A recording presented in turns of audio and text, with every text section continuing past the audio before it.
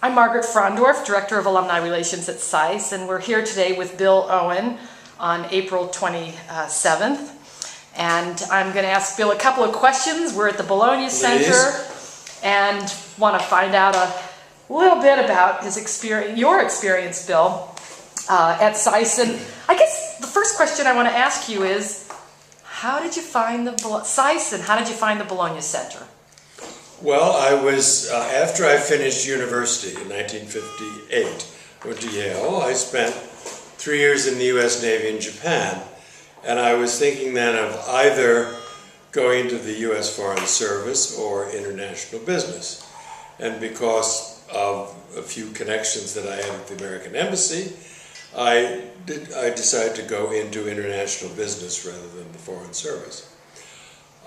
Then I found out about SAIS, not on the internet, this was pre-internet back in the last century, and a school in Boston, the name escapes me, that had an international affairs MA course.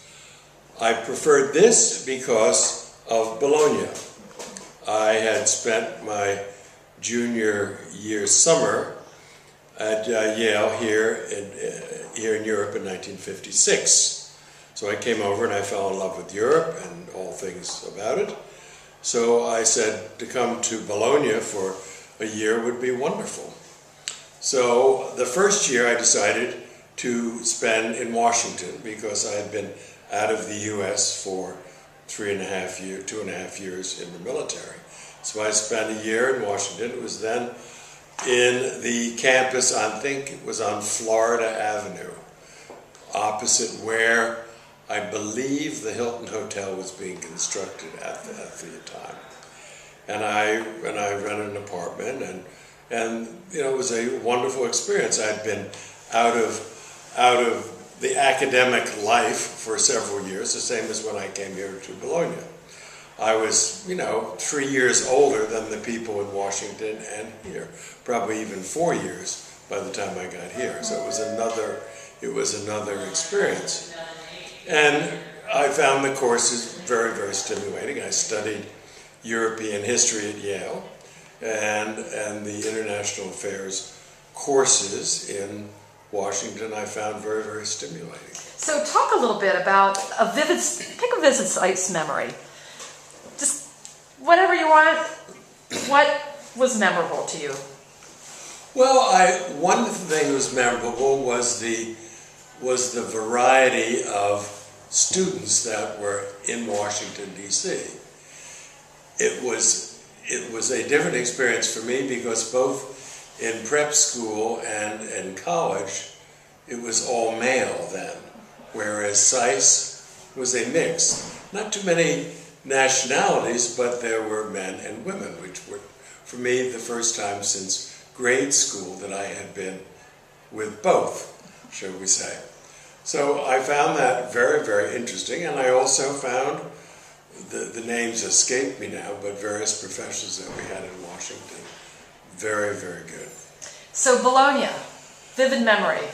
Bologna was fantastic, basically because it got me back in Europe for the first time since 1956, the summer of '56.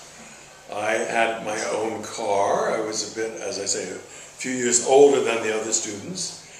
And I had gotten a job because I had worked as a summer trainee for Citibank that summer between the summer of '62.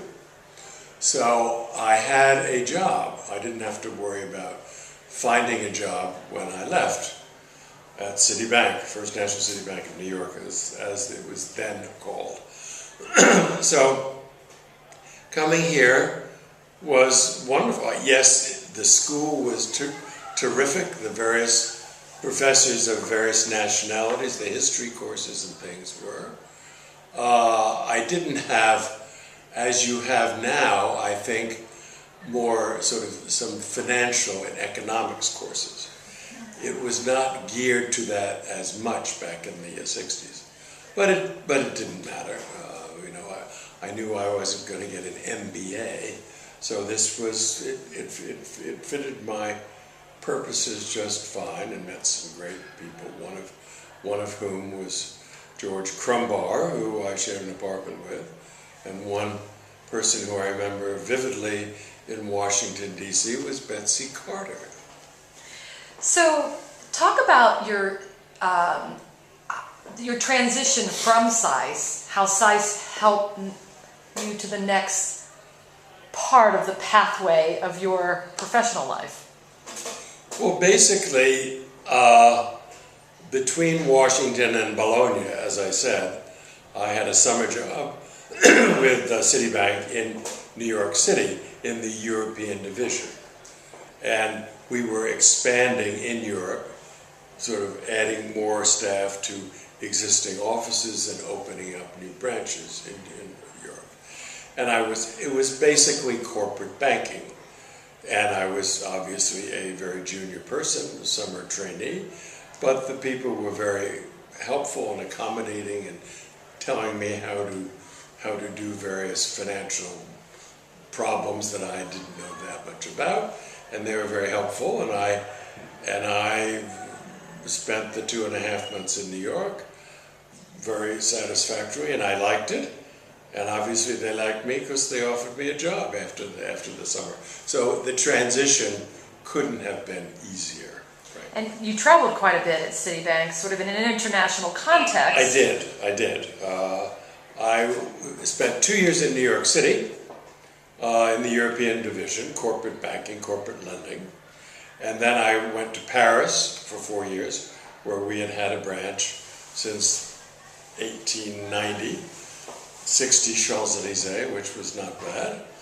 And I was there, and then I went down to reopen a branch that we had in Nice between the two world wars, first and second, and open a branch in Monte Carlo.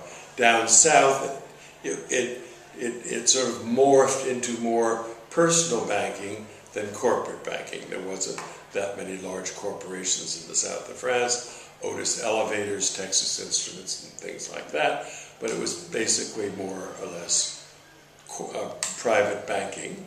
And one of my bosses in Paris was a very nice Dutch guy, whose father was Dutch ambassador, I believe, to the UN. And he was back in New York then to sort of reorganize the whole international private banking. So when I came back to the United States after almost 8 years in France in '72, he was still reorganizing that, so I spent a year in domestic private banking at 55 Wall Street, and then I went up down to 399 Park to be the head of Europe, Middle East, and Africa for international private banking, and traveled 3 to 4 months a year for the next 20 years. Wow. Now, you know, students today, their dream in life is to have a career that is international. They come here, they hope that they're going to be on this pathway that you've lived in many respects. So what advice would you give to a SAIS student today as they think about their career path after SAIS? Well, to try to home in on what type of industry they would like to work for. I'm excluding for the moment any type of governmental or NGO work. But when they're thinking about, you know, an industry, be it banking or the chemical industry, or, you know, working for Bain and Company, you know, try to sort of home in on what they think that they would like. It was somewhat easier back 50 years ago, obviously, especially in banking, because I knew that American banks were expanding abroad, you know.